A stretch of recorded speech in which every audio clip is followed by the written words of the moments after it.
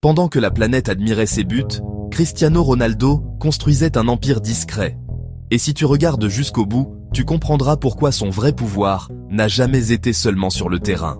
Tout commence quand le jeune prodige quitte le Portugal pour Manchester United, à 18 ans, avec un numéro banal sur le dos et une ambition déjà énorme. Son coach lui donne le numéro 7, et en une seconde, il ne devient plus seulement un joueur, il devient une idée, une signature, une marque, qui va prendre une place mondiale. Quelques années plus tard, il revient chez lui et ouvre une première boutique, CR7. Petite, simple, gérée avec son cercle proche, comme un test malin avant d'accélérer. Si tu veux des histoires comme celle-ci qui te montrent comment on transforme une carrière en système de long terme, abonne-toi maintenant et active la cloche. Ça aide la chaîne à continuer de sortir des vidéos solides.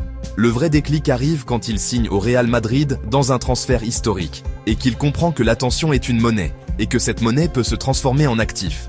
Avec Nike, il ne se contente plus d'être un visage, il observe la machine, il voit les ventes et il se demande pourquoi rester simple ambassadeur quand on peut devenir propriétaire. Au sommet de sa popularité, il lance une marque structurée, CR7 Underwear, avec des partenaires industriels qui produisent et livrent, pendant que lui pilote l'image et la vision.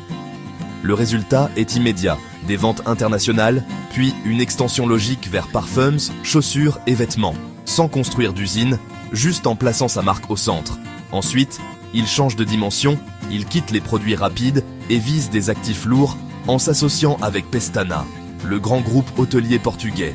Il crée Pestana CR7, des hôtels à son image, sport, confort, efficacité, et il commence dans sa ville natale avant d'étendre vers des capitales et des villes vitrines. Là, tu vois l'architecture, les produits font tourner la machine, et les hôtels installent la stabilité, avec un chiffre d'affaires annuel qui se compte en dizaines de millions. Au même moment, son contrat à vie avec Nike lui donne une sécurité financière gigantesque et surtout un carburant pour financer des projets plus ambitieux.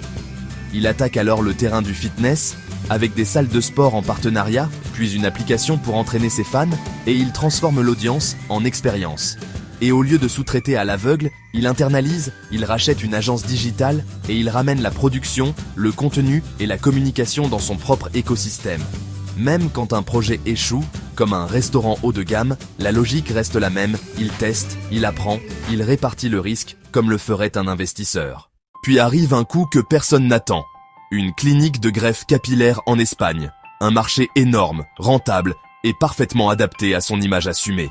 Il devient son propre ambassadeur, il normalise le sujet, il crée la confiance et la clinique s'étend. Preuve qu'il sait capter des secteurs où les autres n'osent pas aller. Après ça, il regarde le futur, tech, données, digital, et il utilise son statut d'athlète le plus suivi au monde comme un levier économique.